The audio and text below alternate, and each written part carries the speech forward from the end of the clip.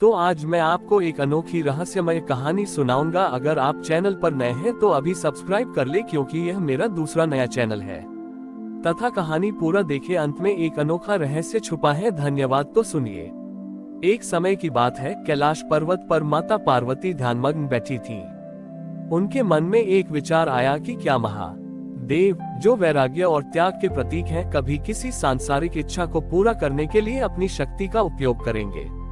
ये प्रश्न उनके मन में गहराई से बैठ गया। इसी समय धरती पर एक भयंकर सूखा पड़ा। एक छोटा सा गांव था जिसका नाम शांतिवन था। वहां के लोग पानी की एक एक बूंद के लिए तरस रहे थे। गांव के मुखिया धर्मात्मा और नेक हृदय वाले महादेव के परम भक्त थे। उन्होंने अपने गांव वालों को धैर्य रखने और प्रार्थना करने के लिए कहा। मुखिया ने महादेव से प्रार्थना की, हे प्रभु, आप संपूर्ण सृष्टि के पालक हैं, हमारी पीड़ा को हर लीजिए, हम आपकी शरण में हैं। ये प्रार्थना कैलाश पर्वत तक पहुंची। महादेव ने सब कुछ देखा और सुना। उन्होंने अपनी जटाओं से गंगा को पहले ही मुक्त कर दिया था, लेकिन ये भी जानते थे कि हर समस्या का समाधान जल नहीं है, बल्कि उसके पीछे का कारण भी जानना आवश्यक है। महादेव ने एक साधारण चरवाहे का रूप धारण किया और शांतिवन गांव की ओर चल पड़े। जब वह गांव पहुंचे तो उन्होंने देखा कि गांव वाले हताश और निराश हो चुके थे। चरवाहे के रूप में महादेव मुखिया के पास गए और पूछा, क्या हुआ है मुखिया जी, आपके गांव में इतनी उदासी क्यों है? मुखिया ने अपनी सारी व्यथा सुनाई। चरवाहे ने मुस्कुराते हुए कहा, मैंने सुना है कि आपके गांव के पास एक पुराना तालाब है, लेकिन उसमें पानी नहीं है। क्या आप सब मिलकर उसे साफ नहीं कर सकते? उद्धरण चिन्ह। गांव वालों ने उत्तर दिया, हमने बहुत कोशिश की, लेकिन वह तालाब पत्थरों और मिट्टी से भर चुका है। उसे साफ करने के लिए बहुत मेहनत लगेगी और हमारे पास इतनी शक्ति नहीं है। चरवाहे के रूप में महादेव ने कहा, यह मत सोचिए कि यह काम कितना बड़ा है, बस इतना सोचिए कि इसे मिलकर कैसे किया जाए। जब तक आप सब एक ही मदद नहीं करेंगे, तब तक कोई भी दैवीय शक्ति आपकी मदद नहीं कर सकती। गांव वालों को चरवाहे की बात समझ में आ गई।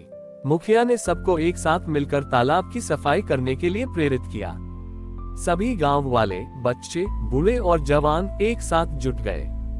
उन्होंने एक एक पत्थर और मिट्टी का ढेला हटाया। कई दिनों की कड़ी मेहनत के बाद उन्होंने तालाब को साफ कर दिया।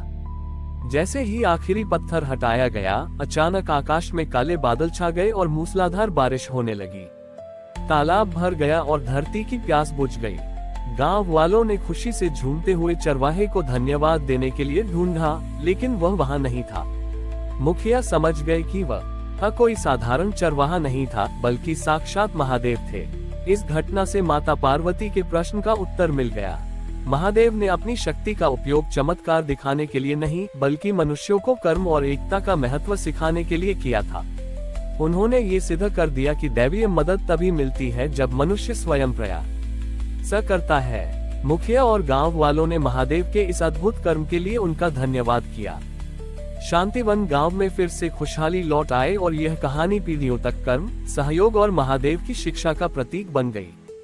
शांतिवन गांव में खुशहाली लौट आई थी। चारों ओर हरियाली और फूलों की महक फैल गई। गांव वाले अब हर काम में एक दूसरे का सहयोग करते थे, क्योंकि वे महादेव के चरवाहे रूप की सीख को नहीं भूले थे। मुखिया ने गांव में एक मंदिर बनवाया, जिसमें महादेव की मूर्ति नहीं, बल्कि एक चरवाहे की लाठी रखी गई थी, जो उनकी शिक्षा का प्रतीक थी। कुछ समय बाद पास के एक गांव में, जिसका नाम धनराजपुर था, वहां का राजा बहुत अहंकारी था।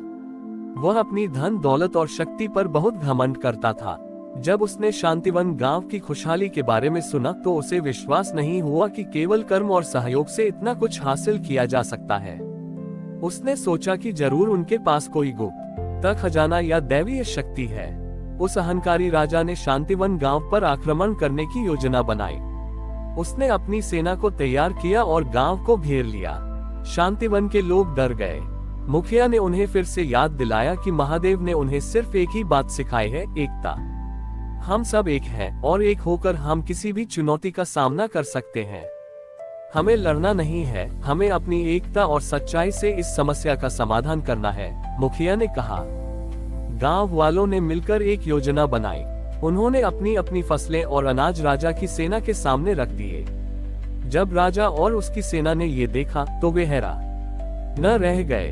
राजा ने मुखिया से पूछा, यह क्या है? तुम लोग मुझसे युद्ध क्यों नहीं कर रहे हो? मुखिया ने शांत स्वर में उत्तर दिया, महाराज, हम आपके दुश्मन नहीं हैं। हम सब महादेव के सेवक हैं और हमारा मानना है कि हर समस्या का समाधान युद्ध नहीं बल्कि प्रेम और सहयोग है।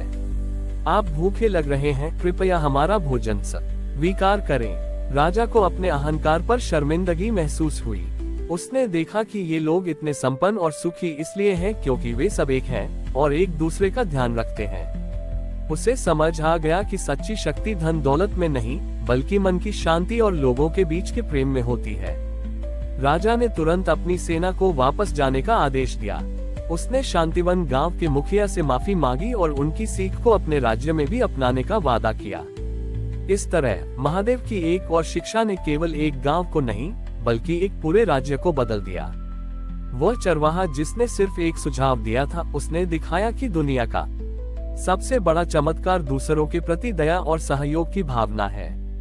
राजा धनराज के हृदय परिवर्तन के बाद शांतिवन गांव की ख्याति दूर दूर तक फैल गई। अब वह गांव सिर्फ अपनी खुशहाली के लिए नहीं बल्कि अपनी अनोखी सीख और प्रेम के लिए जाना जाता था। राजा ने शांतिवन से प्रेरणा लेकर अपने राज्य में भी सहयोग और दया के साथ छोटी अधानतों को बढ़ावा दिया। एक दिन जब सब कुछ शांतिपूर्ण था, एक भयानक प्राकृतिक आपदा आई। एक के बाद एक भूकंप के झटके आने लगे और धरती हिलने लगी। बड़े बड़े पहाड़ टूटने लगे और नदियां अपना रास्ता बदलने लगी।